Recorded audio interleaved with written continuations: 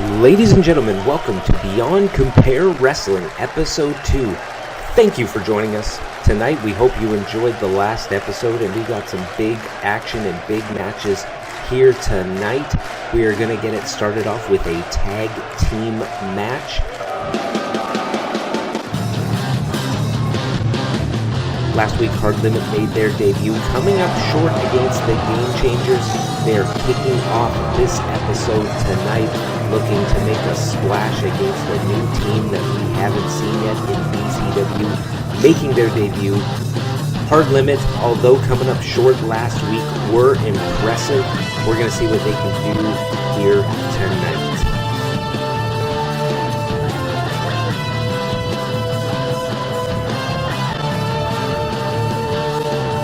Fighting out of the red corner, at a combined weight of 470 pounds, Hard Limit.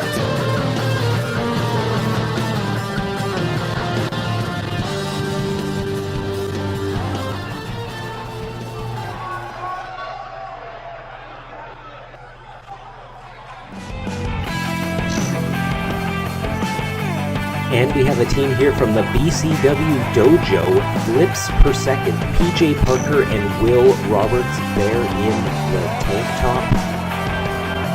New team, young team from the BCW Dojo, only have a year or so of experience, but they are fast, they are flippy boys.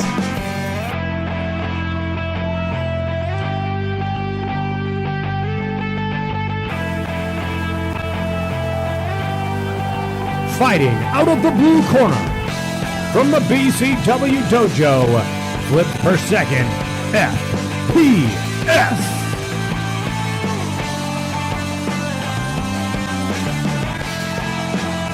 We're going to get started here with our opening contest, tag team action to kick off episode 2 of BCW. And again, thank you for joining us here tonight. If you didn't see our last episode, definitely check it out, as we have the fallout from the World Title Tournament.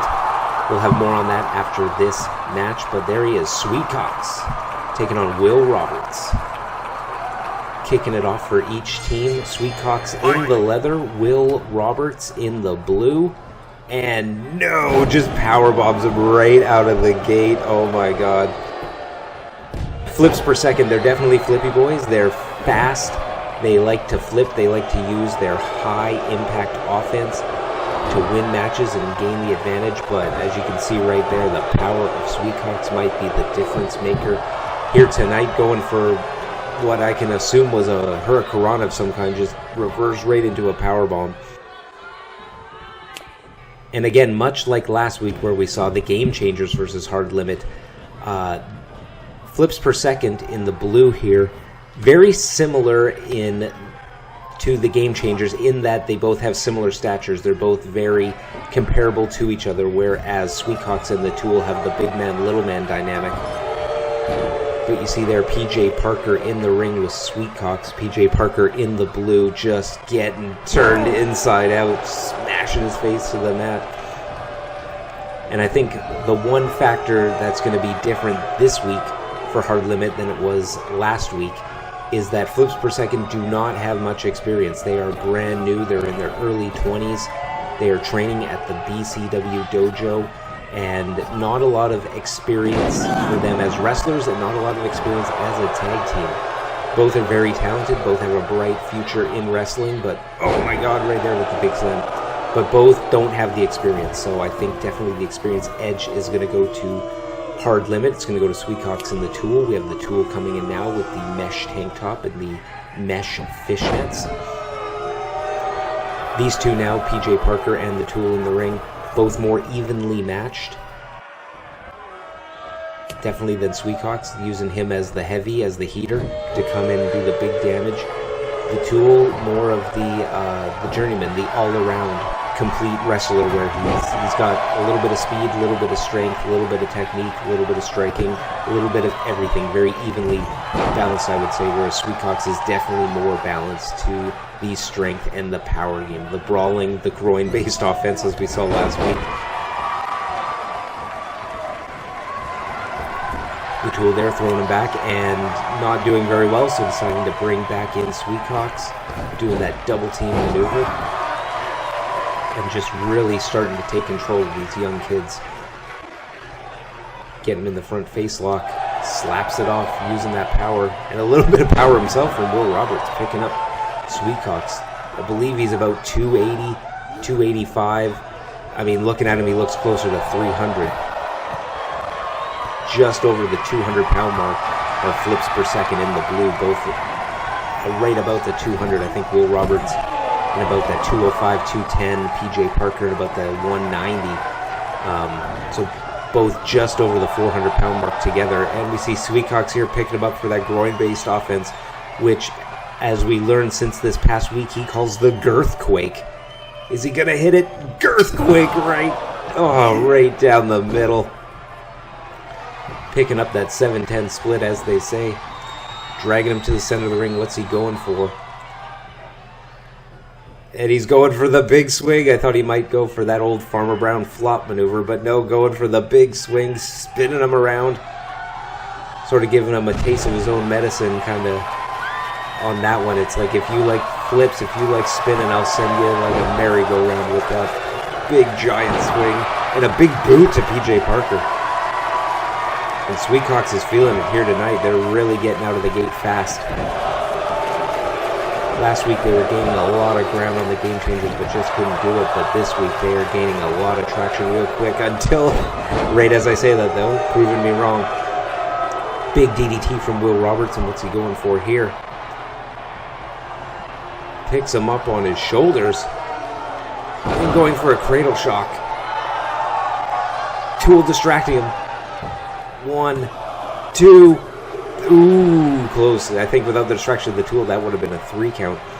Showing some power himself, and he's feeling it.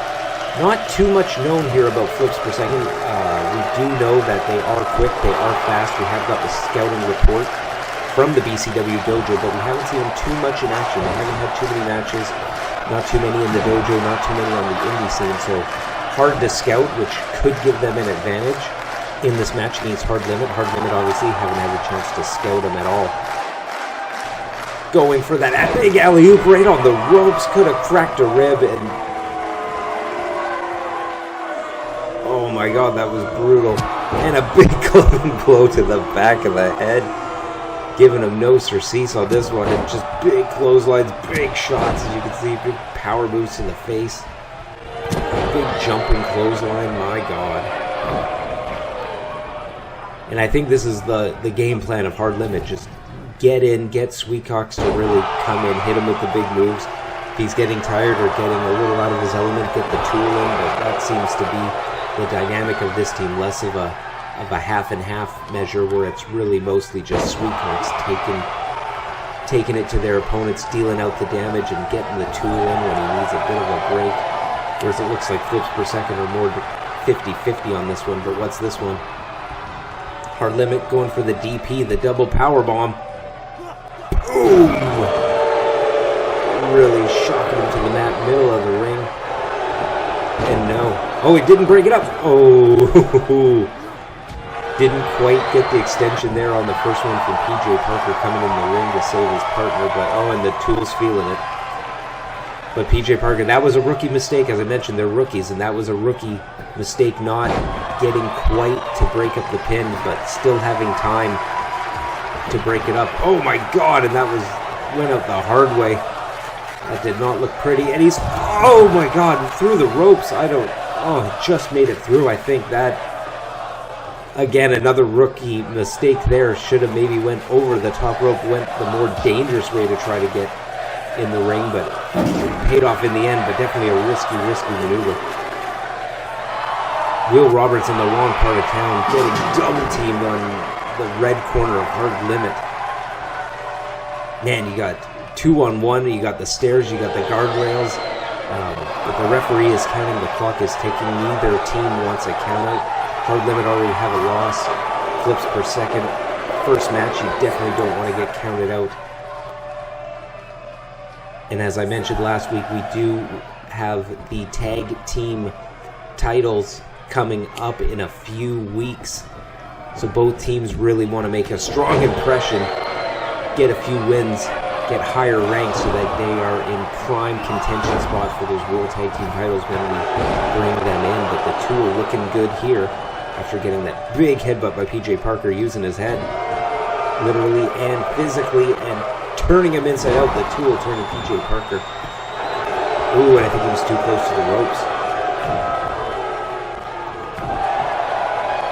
Big reversal there, big strikes. Looks like Sweetcox is still a little gassed, and a big axe kick. And he's feeling it, playing to the crowd, and that was a mistake because he let Sweetcox get into the match.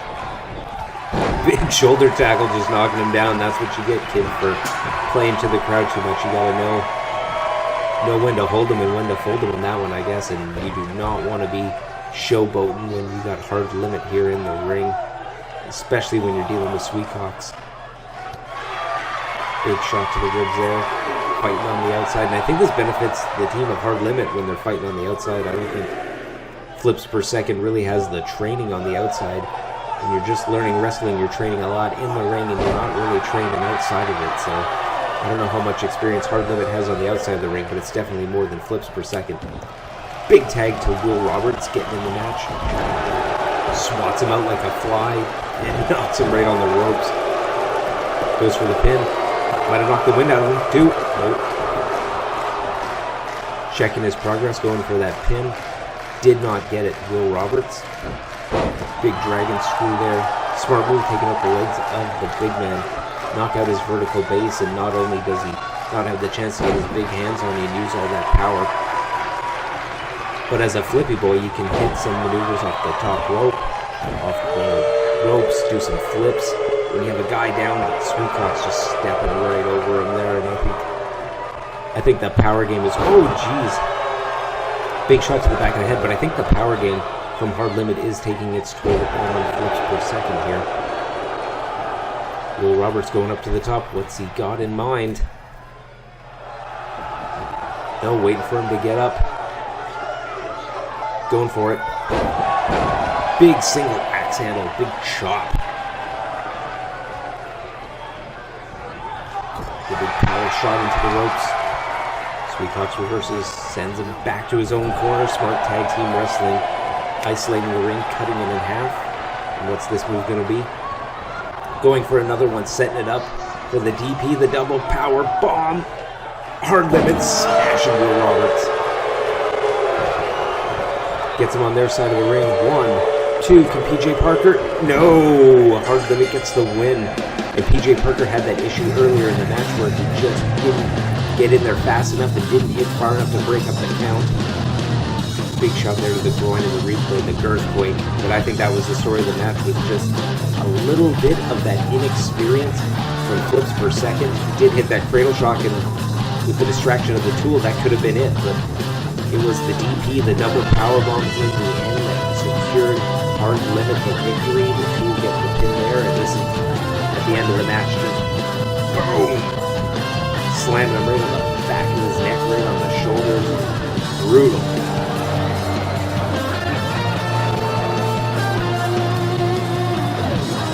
Here is your winner via pinfall, Hard Limit. Embarrassing him, kicking him out of the ring there.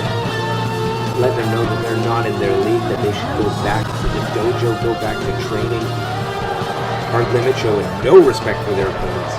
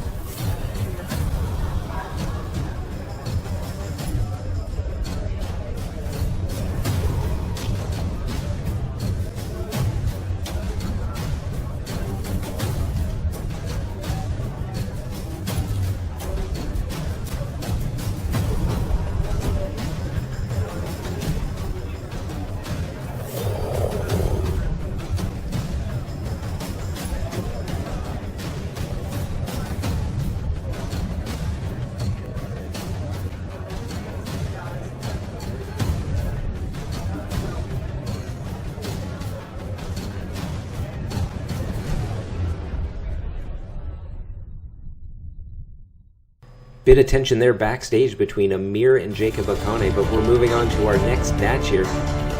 Two new competitors in BCW. The Irishman Liam No Honor Connors taking on the Japanese sensation Kensho. We were able to sign him to a BCW contract, and he's making his debut here tonight. Battle of styles here. Liam Connors more of an MMA style, where Kensho is a big striker. He is known worldwide for his striking ability. We're going to see what both these men can do tonight in both of their debuts.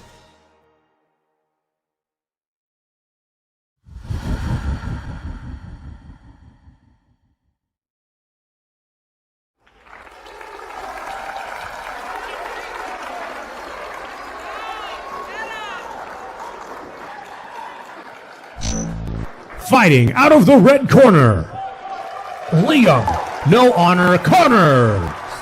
And Liam Connors here, another newcomer. Not much experience, but definitely a highly touted competitor. A bit of a prodigy, as you say. But here's Kensho. Kensho, a Japanese sensation who became a free agent right as we were looking for talent for BCW. We got him, we hired him, he is here, and he is definitely something special. Terms like blue chip athlete are thrown around, but this man is a blue chip athlete.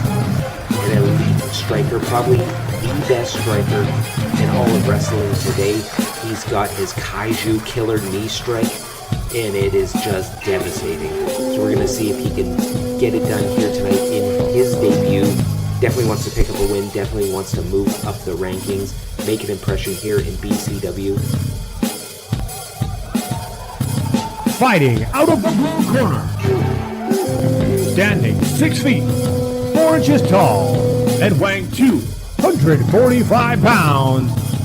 He is a world-renowned striker who brings over 10 years of professional experience to the ring from Tokyo, Japan. Kensho.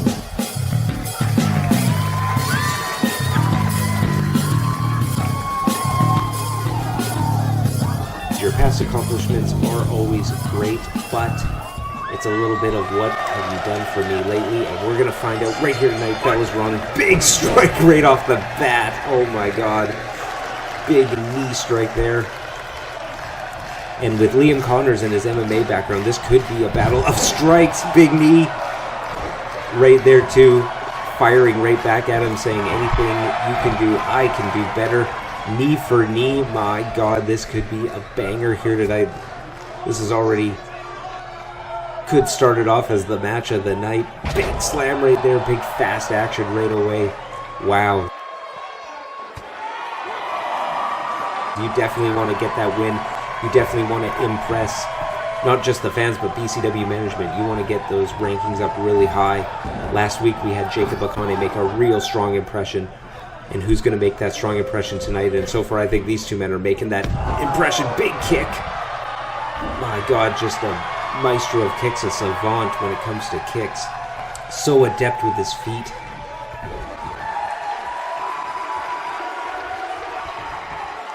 I think the story is really going to be the feet.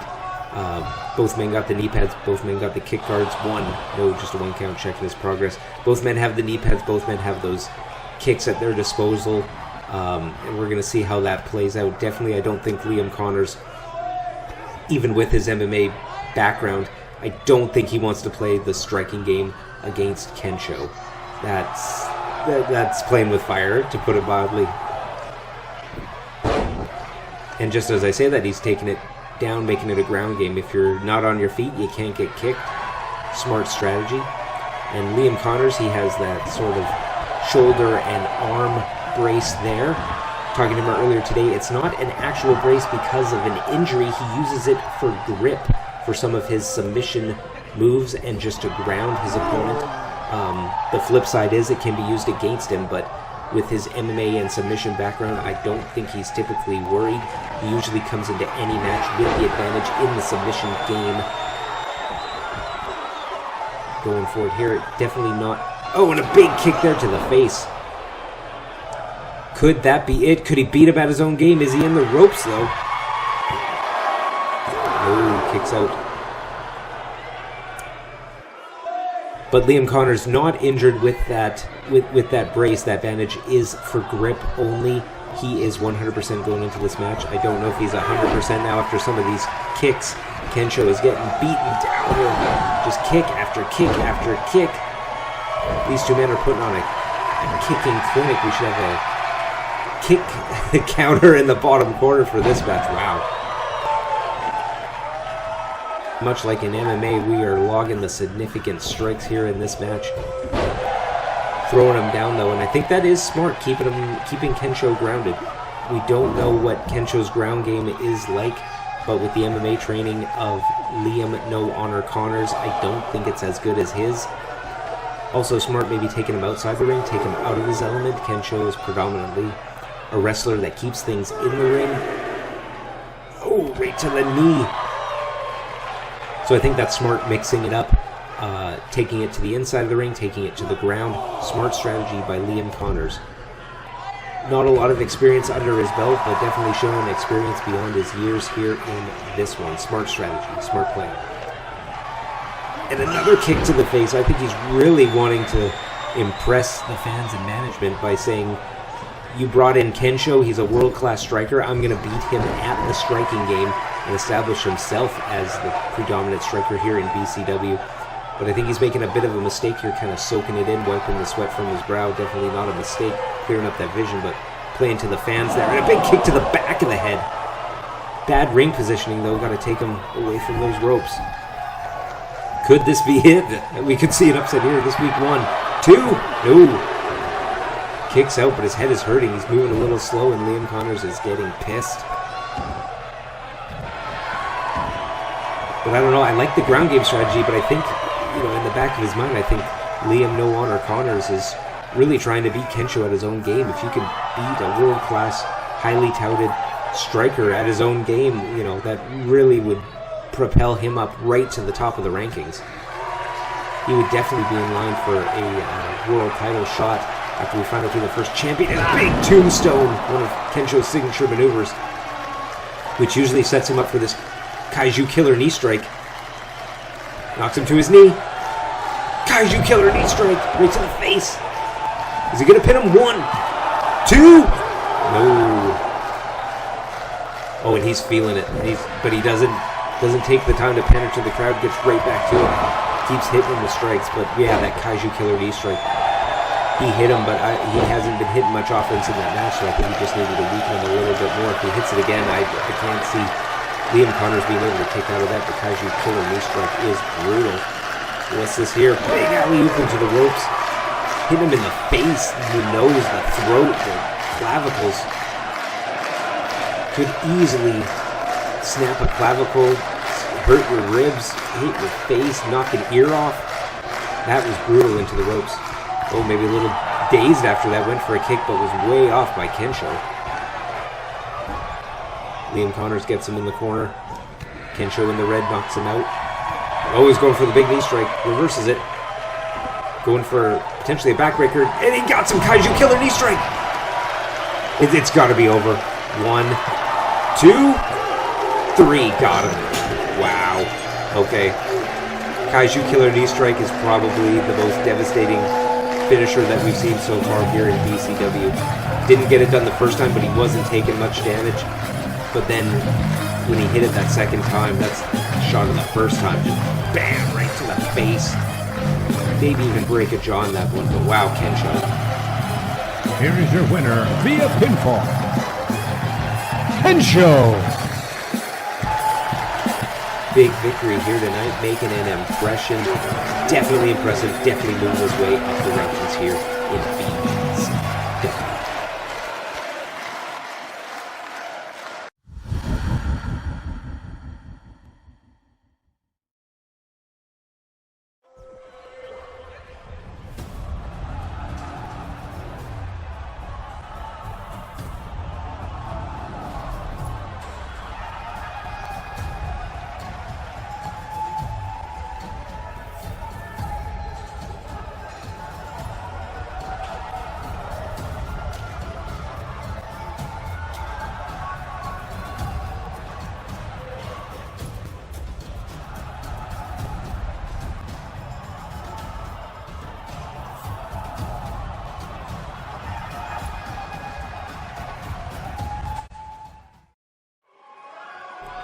As we've seen there, a bit of tension from Dirty Don and Benson as they team tonight. Opponents next week for the world title. We'll see if they can coexist. But here tonight we have Amir Big Money Man teaming up with Jacob Akane to take on the Brotherhood.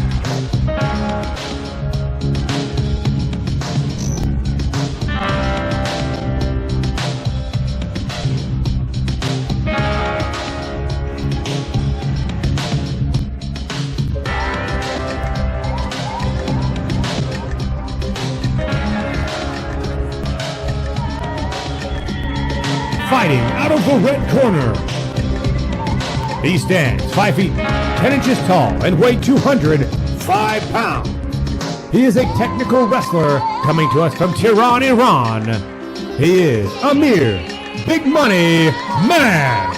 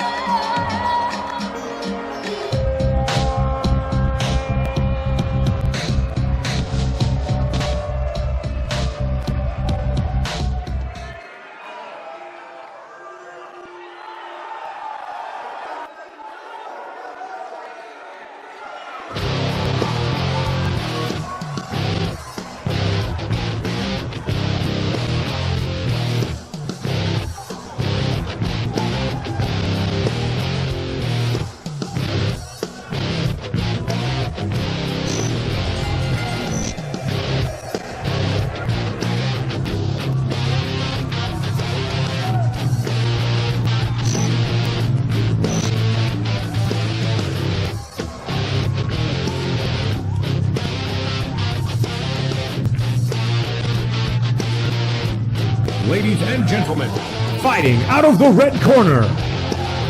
Standing 6 feet, 2 inches tall, and weighing 350 pounds. He is a brawler and comes to us from the Isle of Samoa. He is the unstoppable force. He is the immovable object. He is Savage Jacob Akane.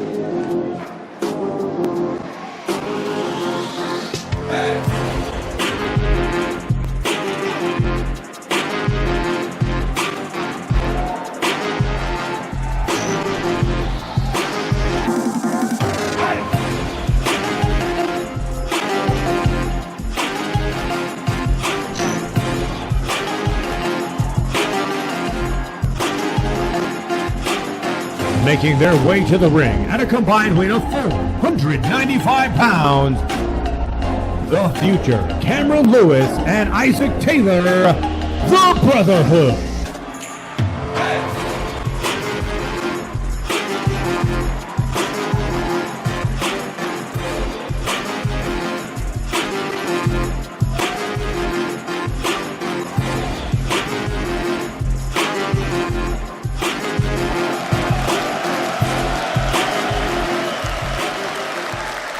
Alright, and kicking off this tornado tag match here tonight, we have Jacob Akane and Amir Big Money Man taking on the team of the Brotherhood, which is Isaac Taylor and Cameron Lewis. A little bit of tension between Jacob Akane and Amir Man as we've seen backstage. But they're working together here tonight, and we're going to try and do our best to keep control of this action. Now, a lot of moving parts in a tornado tag match. We have Cameron Lewis and Amir Man on the left there taking on each other, and we have Jacob Akane and Isaac Taylor, a bit of a rematch from last week, taking on each other in this one. Oh, and a double knockout at the same time. Wow. Isaac Taylor and Amir Man going to the outside, and Jacob Akane in the ring just smashing him with that power bomb. And Amir doing a bit of taunting, and Isaac Taylor taking control of him there. Bit of a Bit of a role reversal and a mismatch on this one. We got the two big men of their respective teams taking on the two smaller men of their respective teams. And Cameron Lewis with the big kip up. Oh. Definitely a matter of... Oh, and Isaac Taylor. Oh my God, right on the ropes. But Jacob Akane going for the pin. A lot of action, trying to do our best to keep it all in control here. Fast and furious with the tornado tag. But I think neither team wanted any tags to get in the way of this. They just wanted to get in there and beat the heck out of each other. Both men have unfinished business from last week. If you didn't catch it, we had Isaac Taylor taking on the Savage Jacob Akane in a one-on-one match in what turned out to almost be a squash. Jacob Akane picking up the victory, just annihilating Isaac Taylor. And believe me, Isaac Taylor is no slouch, so that is definitely an impressive win. And in a triple threat, we had a mere big money man taking on the future Cameron Lewis and Xander in a triple threat match. We had Xander pinning Cameron Lewis, but lots of animosity still between Amir and a Canadian Destroyer. Wow. Lots of tension still between Cameron Lewis and Amir Man. Cameron Lewis early in that triple threat match last week went to the outside for a top rope Rana that just almost crippled Amir, and Amir is still pissed this week. Thus the tag team match. But wow, lots of conflict in this match. There he is, Cameron Lewis playing it up to the crowd, taunting. Don't know if that's the best thing in a tornado tag, when you gotta have your head on a swivel, not just for what's going on in the match, but for who's coming after you. And Isaac Taylor with the choke bomb. 1, 2, 3. Ooh. That was his finisher, the choke bomb, which he calls the blackout. Because it will knock your lights out. It'll knock you so you're not seeing anything but black. Put you to sleep. And just the big power there. We got the two power guys again going up against each other. Just trading power shots. Isaac Taylor with Jacob Akane on his... Oh, and to the outside. From his shoulder to the outside. My God. Oh, we got to see a replay of that. That was brutal. 350-pounder over the top rope to the outside. Just hitting them, and as we see the instant replay, tossing them like a sack of you-know-what right to the outside. Wow, that's painful. That's gotta hurt. Back to live action. Isaac Taylor still in control, slapping him on the ring apron. Jacob Akane recovering. Wow, that's a brutal move, because landing right on his back, that could take out your ribs, that could hit your kidneys, that could definitely knock the wind out of you. Could almost knock you out as well, so that's a lot of pain on that move coming. And Amir with the running blockbuster hits it. 1, 2, 3. Ooh, don't know if Cameron Lewis kicked out or if Isaac Taylor broke that up. But both men taunting here. Don't know if that's the right play, but one of Amir's finishers, there's his other one. One of the finishers is that running blockbuster. He could have easily got it there. Isaac Taylor breaks that one up, though. Jacob Akane's down to not stop it. I think that could have been it there. Amir showing off his technical prowess. And not a bad tag team combination between Amir, Big Money Man, and Jacob Akane. You got the size and strength and the power of Jacob Akane. As we can see, they're going to the top rope and missing it. In conjunction with the speed and the technical ability of Amir, it could be quite a powerful tag team combination. We'll have to see if they get the win tonight and see if they want to pursue any tag team efforts. Jacob Akane going for a powerbomb there, was hit from behind, buckled his feet. Isaac Taylor was able to get out of that, and able to pull the hands off there. It's going for perhaps a full Nelson of some kind. But definitely if they get the win here tonight, they could be a formidable tag team with Jacob Akane and Amir, Big Money Man. But the Brotherhood in the orange, definitely an established tag team, definitely tag team specialists. And look at this, going for the pin and also the big slam. 2, oh no, 2 count, 1, 2, followed up with another pin, 3. Ooh, man, double pin almost. But wow, I think that's where the tornado tag part of this tag team match comes into play, where you can just go for one pin after the next, surprise your opponent. And they almost did it there. 2 extreme near falls, 2.99s back to back. Wow, that was... And he goes for it again, the choke bomb.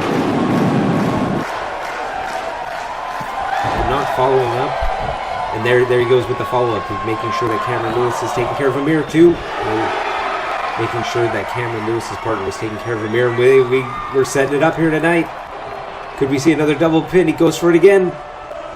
Breaks the eyes, and Amir counters as well. Both Amir and Jacob Akane countering those two attempted finisher moves.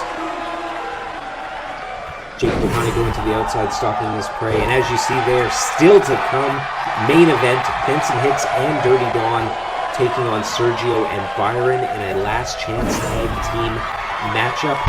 We'll go over that again in the main event, but we have the two men who are in the BCW World Title Tournament Finals. Dirty Dawn and Benson Hicks are teaming up tonight. If they can get the job done, their match next week for the title will remain a one-on-one matchup. But we got Byron Cassidy and Sergio Gomez on the opposing side. If one of those men can score a pinfall or submission, they will be added to that World Title Tournament match, making it a triple threat. So definitely that puts the emphasis for Dirty Dawn and Benson to work together. But we got Amir going coast to coast. A move we might typically see more from a Cameron Lewis, doing that high-flying, death-defying move. But we saw Amir do that, possibly adding a little insult to injury, saying, if you can do something, I can do it better. And he goes for the cover, but will he be able to kick out? And he does.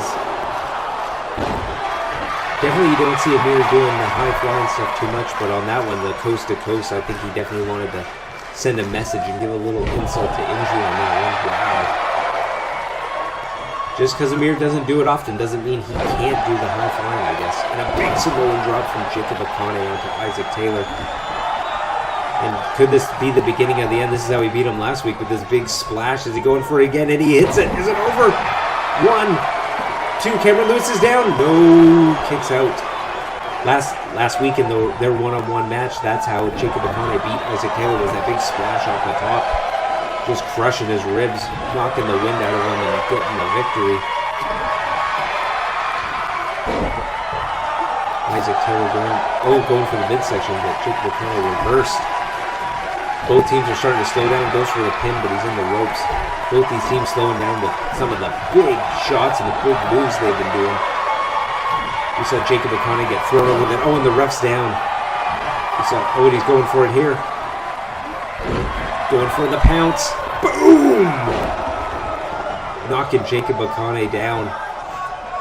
Big move. The ref is back up. He's back in the play. We got Amir on the top rope again.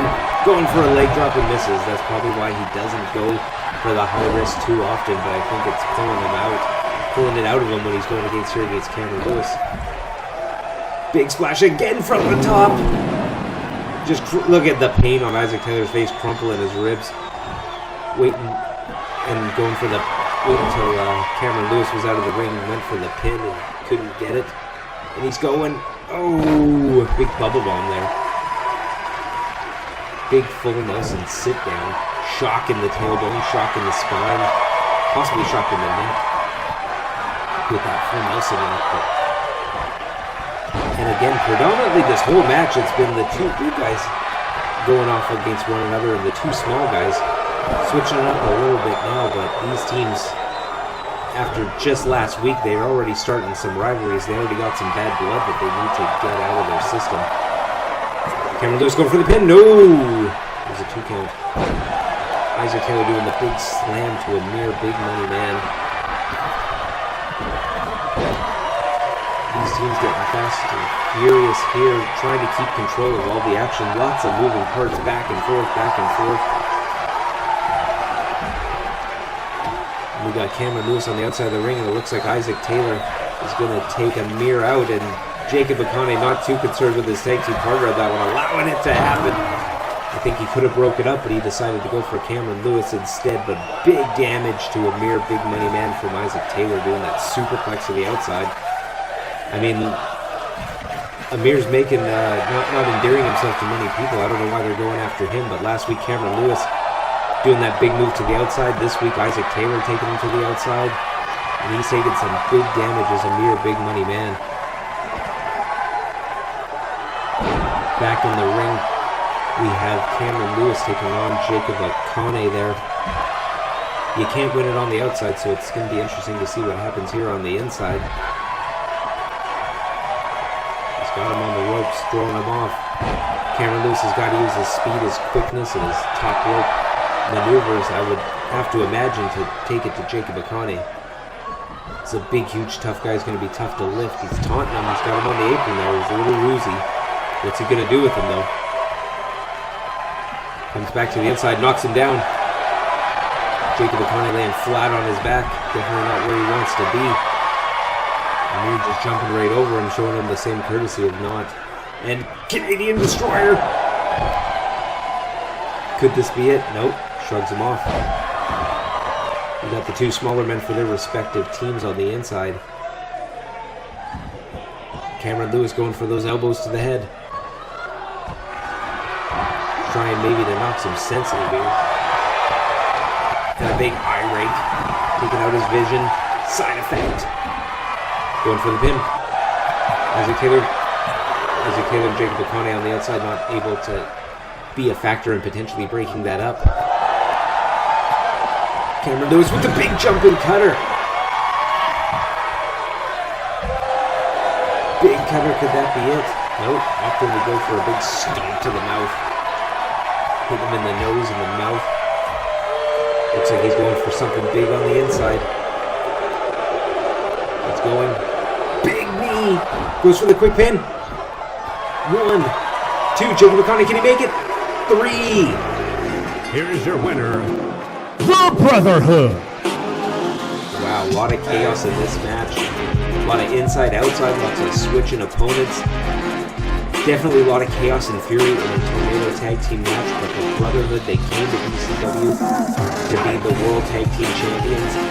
They didn't get it done last week in singles and triple threat competition, but here in tag team competition, they showed what they can do. They got the job done against two extremely impressive competitors, especially Jacob Akane. Jacob Akane didn't get pinned in this match, but they beat someone who's extremely powerful. And as we've seen here, Jacob Akane said if Amir didn't hold up his end of the bargain, he'd smash his face in, and Amir tucking tail and getting out of there. Wow. Jacob Akane not playing around, being a man of his word. I don't think this is over between Amir and Jacob Akane. He said he'd smash him, and I believe every word of it.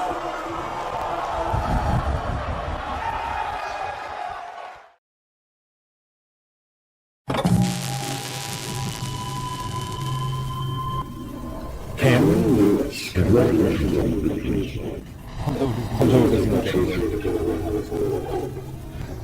the future Cameron Lewis. You see, I take offense to that. The future.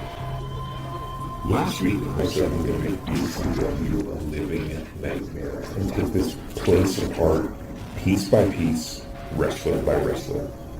So for you to call yourself the future implies there is a future for BCW.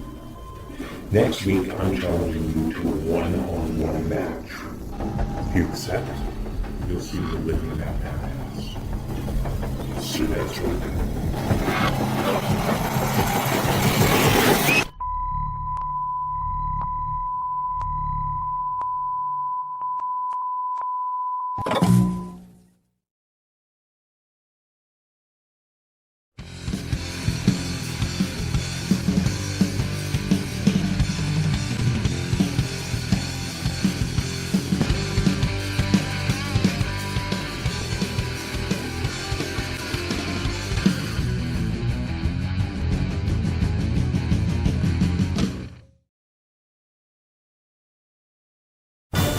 Alright, and next up we have two new competitors.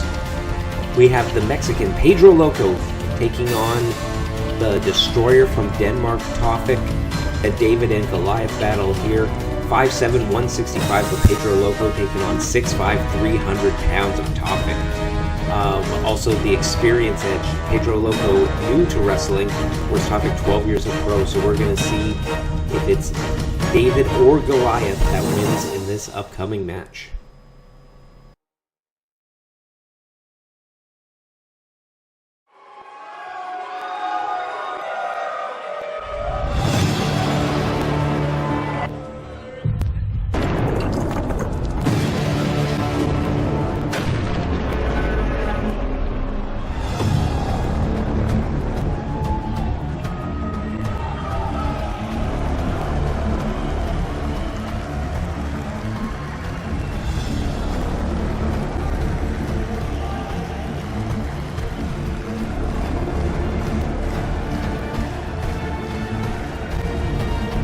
Fighting out of the blue corner. Standing 6 feet, 5 inches tall, and weighing 300 pounds. He is a brawler and a striker, hailing from Copenhagen, Denmark, Taufik.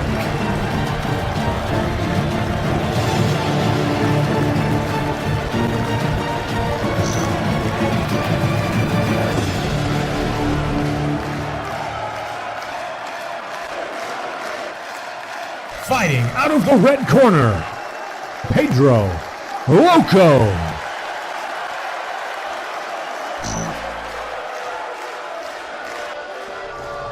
And this match is underway. Pedro Loco taking on Taufik, two newcomers to BCW. Jockeying for position here, throwing him in the corner. Taufik using that power. This will truly be, I believe, a David versus Goliath matchup. Pedro Loco is the smallest man on the BCW roster at 165 pounds. Not very tall, about 5'7", and Taufik just slamming those ribs. Whereas Taufik is one of the bigger competitors in BCW, 6'5", 300 pounds. Pedro Loco's got to use his speed and quickness on this one. And his lucha ability, and some of the lucha moves might be the kryptonite to the big power, using the technique to counter power. But Taufik is just you can see his frame and his musculature. He is a physical, and he's showing him there, physical specimen. Big, strong, meaty. His arms are about the size of Pedro Loco's torso. So Pedro Loco's going to have to use momentum. He's going to have to use gravity. He's going to have to use the top rope in the ring. He's going to have to use everything at his disposal to get this win. But if he does, if Pedro Loco can beat Taufik, that would be a huge feather in the cap. That would move him way up in the rankings. That would be the upset of the night for sure. And showing him there, up and down, big kick. That's the moves that he's got to do. He's got to be elusive and abusive. Picking him up is... Oh, and he got him. I thought it was going to be a powerbomb. Turns into a Rana. Might get the quick pin. 2, 3. Ooh. Taufik showing a bit of lucha himself. Oh, and reverse it again. 1, 2. Ooh. And I think that's what Pedro Loco needs to do. He needs those quick exchanges. He needs those quick counters into a counter, into a reversal, into a counter. Oh, and he's got him up for the edge of Valhalla. Boom! Right to the mat, my God. And now he's going for the big knee. One of his signature maneuvers, the big running knee to the face. Crushes him. Is it over? 1, 2, no, kicks out.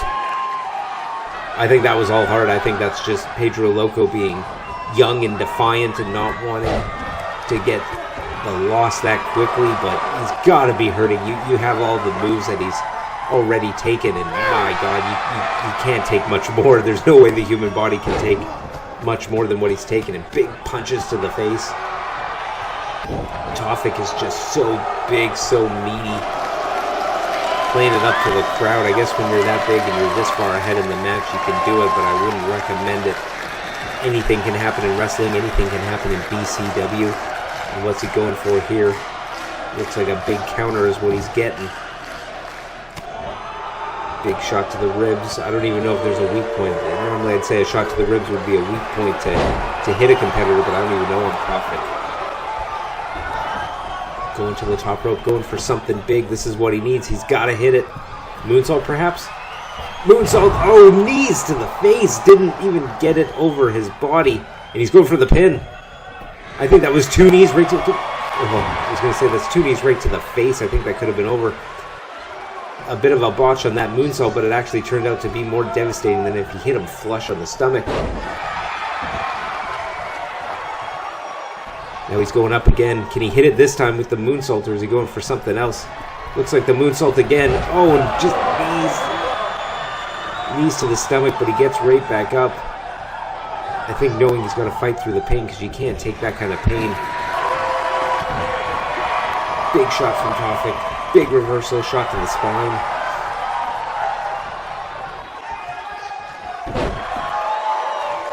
Right near the hardest part of the ring, too, not near the the center, hitting it near the edge, so that could have done some big damage, almost as good as a DDT if you do a Rana like that. Topic tossing him around, throwing him up, and just tosses him over that rope. Steel cable adding not much padding, just brutal when you hit the ropes like that, especially from as high as Topic is. That's got to be 7-8 feet in the air when he throws him like that. Oh, and he's got him for the burning hammer. That's it. That's his finisher, and I think this one might be over too, and it is. Pedro Loco, you got to give it to him. He did everything he could. He tried his best. He had some good lucha moves. Tried to execute his game plan, but when you're facing Topic, it's no surprise that that game plan did not go according to plan because the size of that one. I think physically he just couldn't do some of the moves he wanted to do. Tried some of those top rope moves, but I think the pain just added up. The accumulation of damage just led Topic to getting the victory here tonight. Here is your winner via pinfall, Topic. I wouldn't call it a squash match, but it's damn close to it. David versus Goliath kind of went the other way this week. Topic picking up the big win.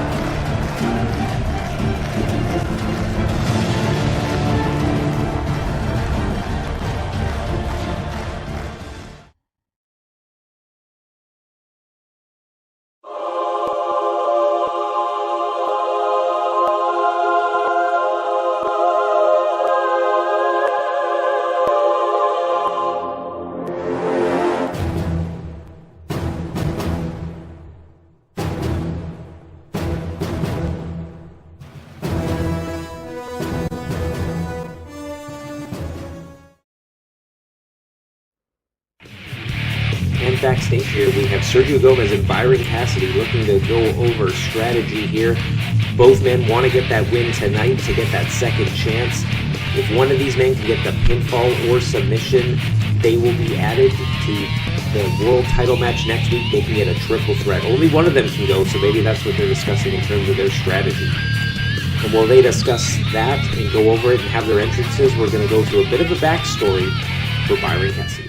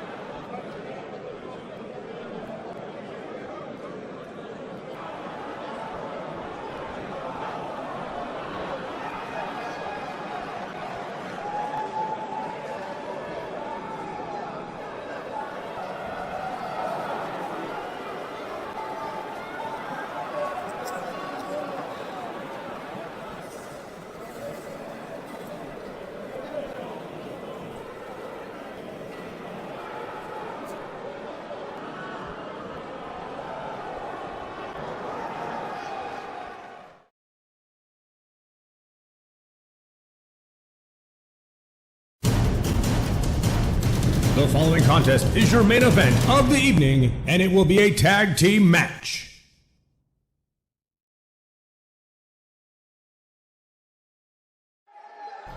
All right, main event time. We already have Byron Cassidy and Sergio Gomez make their entrances. Fighting out of the red corner. He stands 5 feet 10 inches tall and weighs 220 pounds. He's a technical brawler and striker from Dallas, Texas. He is the red.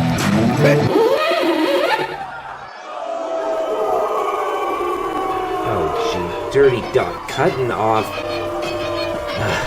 off Benson's entrance with his own, trying to get the glory. Well, I guess Dirty Don, last week he beat Byron Cassidy in the semifinal match by grabbing his tights. He managed to sneak out the win, and here tonight just stealing the glory, trying to be the leader of his team, not giving Benson the time of day, not giving him the credit, and right there shrugging him off, telling him to just F off. Fighting out of the red corner. He stands 5 feet 8 inches tall and weighed in at 210 pounds. He is a technical wrestler and brings over 15 years of international experience, all the way from Vancouver, British Columbia. Ladies and gentlemen, Dirty Dog. Got the pyro, the cameras, the glitz, the glamour, but we got a bit of enemies teaming up here tonight. Can Benson, Hicks, and Dirty Don team up here and coexist tonight? There's a lot at stake, and and returning the favor, Benson. Dirty Don wanted to be the leader of this team and started off the match, but Benson lets him know that he wants to start off this match, and here we go. It's a continuation of our main event last week. It's Benson, Hicks, and Sergio Gomez.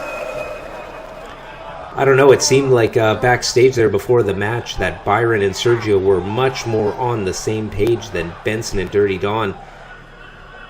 They kicked off a bit of a rivalry last week, and it's manifesting itself here tonight, possibly with the culmination next week in the World Title Tournament final to see who will be the first ever BCW World Heavyweight Champion. But I don't know if they can work together here tonight, but a lot on the line. If they don't work together and Sergio or Byron gets the pinfall or submission, it'll be a triple threat, lowering their odds for next week. So even though they hate each other, they definitely have a common cause. They definitely want to work together just to get through this match. I mean, the second chance tag team match that we're in here is really a huge opportunity for Sergio Gomez and Byron Cassidy to reinsert themselves back in that world title picture. As we seen last week from the video package from Sergio Gomez and tonight from the video package on Byron, both these men really want to be the world champion. Both men have a lot to prove, and they got their second chance here tonight, but you only get one second chance, and it looks like Byron and Sergio are making the most of it, just taking it to Benson right here, already making a tag. Benson choosing to start off this match possibly as a big FU to Dirty Don for cutting off his entrance. Going for a big shot there, Benson reverses. Both men quite accomplished strikers. Benson Hicks, the unofficial Texas bar fighting champion. He's got some heavy hands, maybe not as technical at striking as Byron Cassidy, but every bit as deadly, and right as I say it, boom. Just getting those shots, the right, and the left. Just knocking him, spinning him around. Almost on cue, maybe he heard, I know, and he's telling him to bring it. He wants Sergio, he's saying bring it in, and Byron gladly obliges, just giving him Sergio. Benson throwing him in the corner, opting to not go for the tag there, but to hit him in the back of the head. But yeah, right as I said it, the striking game. And going for the Alabama Slam, these two men, Sergio Gomez and Benson Hicks, ripped it up in last week's main event. Just a one count, checking his progress. Both men last week in the main event, I'm pretty sure it was match of the night. It was an extremely back and forth contest. Sergio Gomez picked up a lot of high impact maneuvers, had a 2.99 on Benson 3 or 4 times in that match. But Benson somehow managed to pick up the victory. And we got Byron in here now and just using his power to shoulder block him. Definitely the team of Byron Cassidy and Sergio Gomez in the blue corner to your right. They definitely have the size and the power advantage compared to Benson and Dirty Don. But Benson and Dirty Don, they have the striking, they have the speed, they have the technical ability, and they have Dirty Don's ability to cheat to get a win. So I gotta say, in terms of the betting odds, it's probably dead even when you add up the X factors. He's going there for the air raid crash. 1, 2. Air raid crash, one of Byron Cassidy's signature maneuvers, but is he going for the butcher's block here? It's that swinging pendulum that he uses to win matches, and he hits it, slams him down. 1, 2. Dirty Don maybe knowing something we don't know, opting to not run in to break up the pinfall on that one.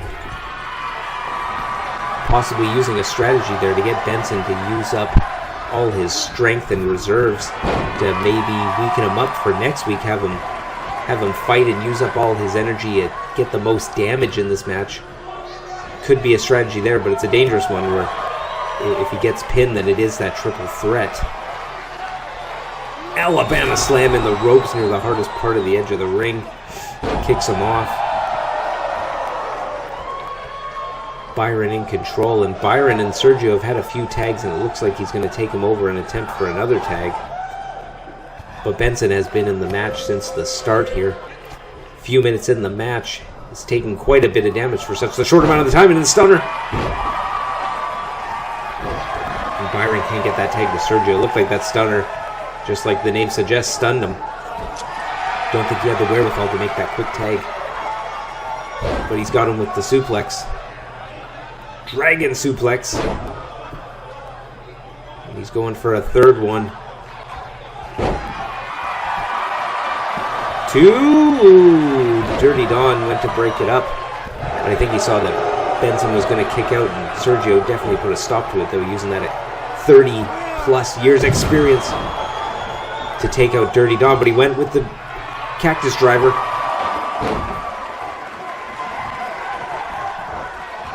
When you have a tag team partner like Sergio Gomez, who's had 30-plus years of experience in the ring, he's got to be one of the more favorable tag team partners to have. And just Benson going right over Byron to hit the big elbow drop on Sergio. And he rolls him out the ring, and Benson is feeling it. I mean, he's taken a lot of damage, but he's given out a lot of damage too. And the big, almost a shote. Shades of Liger on that one. And Benson going to the top. Not often you see Benson go to the top rope. More of the ground-based striking and grappling offense. He's got something in mind here, maybe pulling out all the stops. Oh, going for maybe a headbutt or a blockbuster or something, and a big clothesline over the top rope. Not sure what Benson's thought process was there, maybe confusing his opponents by going to the top rope. They're not expecting it, they're looking at the ground when they're prone. Oh, and Dirty Don there, admonishing the fans and Benson Hicks alike, maybe even Byron, his opponent. Basically virtual disdain for everyone in the crowd, watching at home, in the back, the ring crew, the cameramen. Dirty Don has no friends, it seems like, here in BCW, not ingratiating himself either to gain any, but I don't think he cares. Byron crawling and makes the tag. A few tags now for Sergio and Byron, definitely working well together. We saw them game planning before this match began. We also saw earlier in the night Benson, and big DDT there. 1, 2, and Dirty Don breaking it up. I don't think he had time to break it up, but he hit the ref, and that's, I guess, just as good. Possible chance of getting disqualified here. Referee's discretion. Referee's still down, but definitely we saw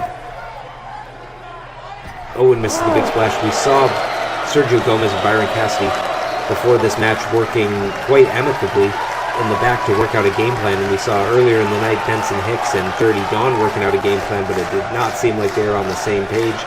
He's got him with the Rana. Oh, this could give Benson an opportunity to tag Dirty Don. Can he do it? Dirty Don's reaching out for the tag, and he's shrugging him off. Is Dirty Don leaving this match?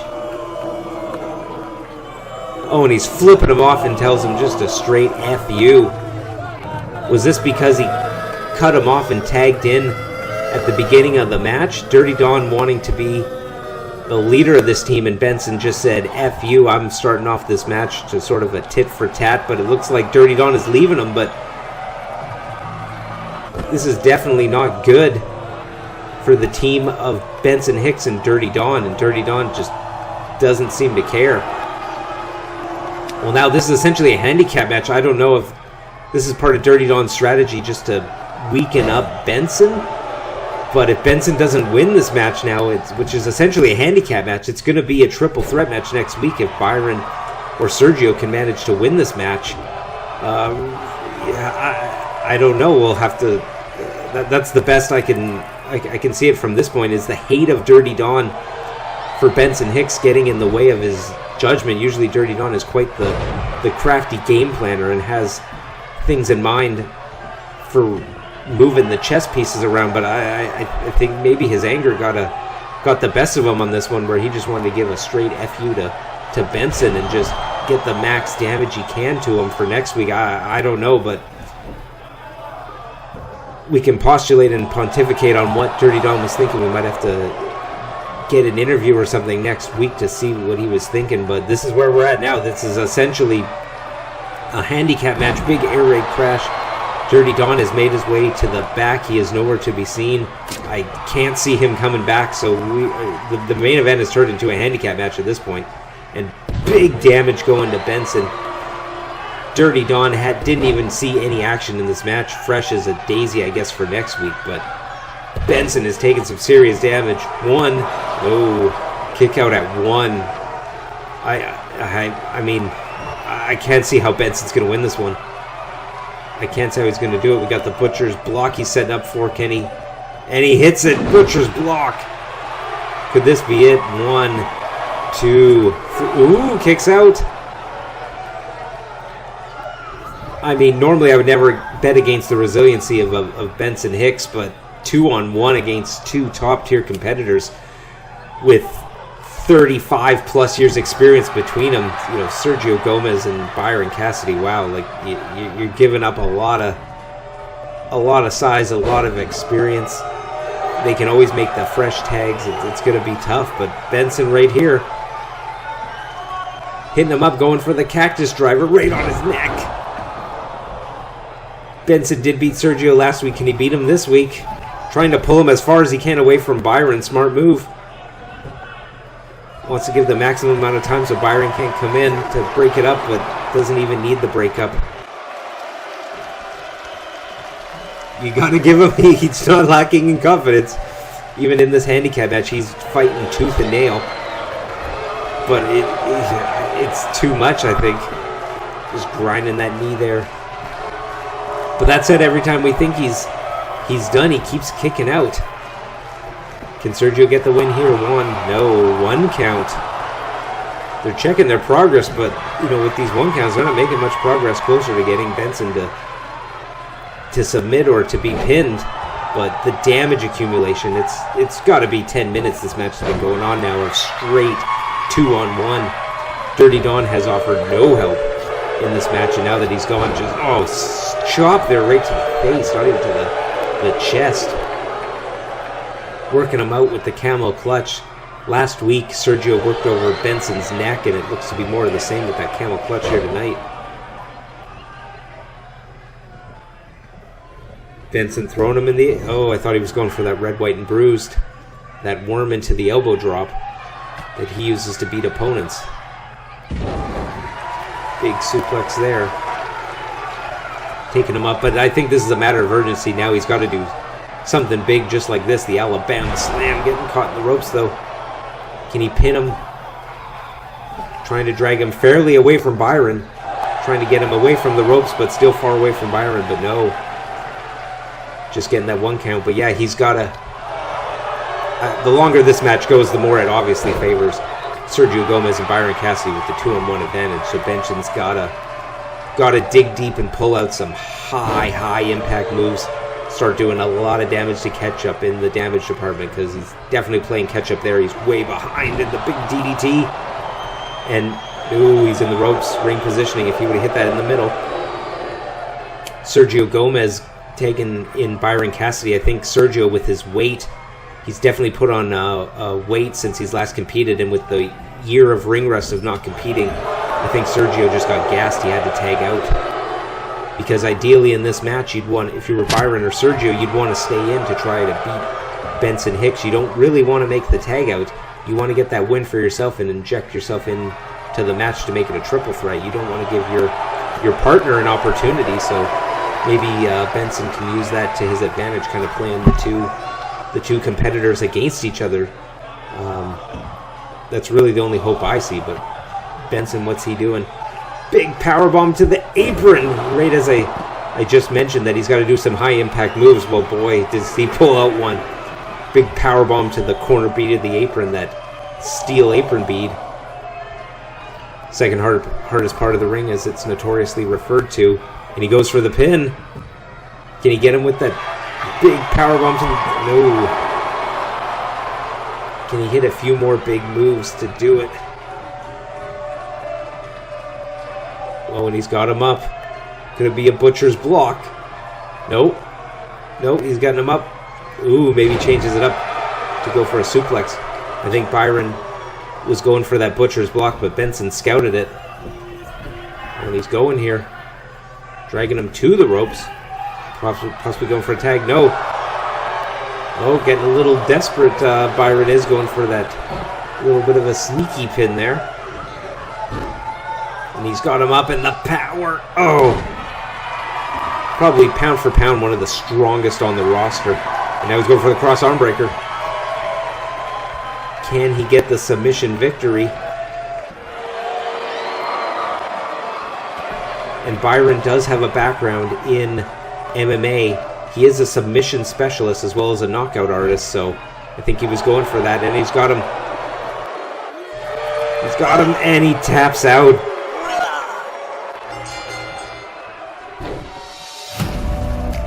Byron Cassidy gets the win, punches his ticket.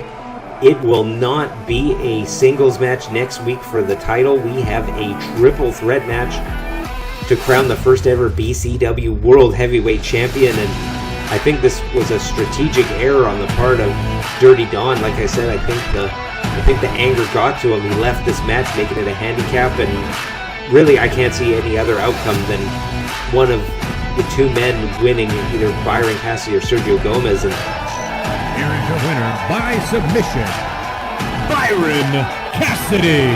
But and here we see Dirty Don coming back again and just attacking the hate already between Benson and Dirty Don. And there's no love lost between Dirty Don and Byron. And knocking him out of the ring. He punched his ticket. He got into that triple threat. And Byron checking on Benson.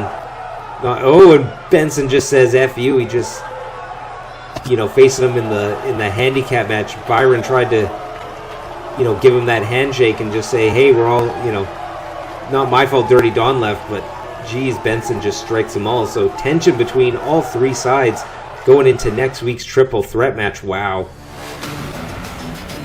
Whew. Well, what a night of matches here tonight. We had Hard Limit defeating Flips per Second in the opening contest. Hard Limit picking up the win, 1-1 here in BCW. Next up, we had two new competitors, Liam Connors and Kensho. We had Kensho hitting Liam Connors with that Kaiju Killer knee strike, picking up the victory. What a performance by Kensho. Next, we had a Tornado Tag Team match. Jacob Akane and Amir losing to the Brotherhood. The Brotherhood are here to win the tag titles. They get one step closer by picking up a win. David versus Goliath. Pedro Loco and Tofik picking up the win, proving that Goliath sometimes wins in those circumstances. Very impressive. And in the main event, Byron Cassidy, Sergio Gomez picking up the win. Byron moving on to next week, making it a triple threat match. He's getting a world title shot. He capitalized on that second chance that he got in the main event. Whew. next week. Triple threat match. We will determine, 100% guaranteed, there must be a winner. We will find out who will be the first ever BCW World Heavyweight Champion. It took 2 weeks. We are 1 week away. We will crown a champion. Who will be the first? Benson Hicks, Byron Cassidy, Dirty Don. Tune in next week to find out. Thank you for joining us. We appreciate it. We hope to see you next week. World title will be decided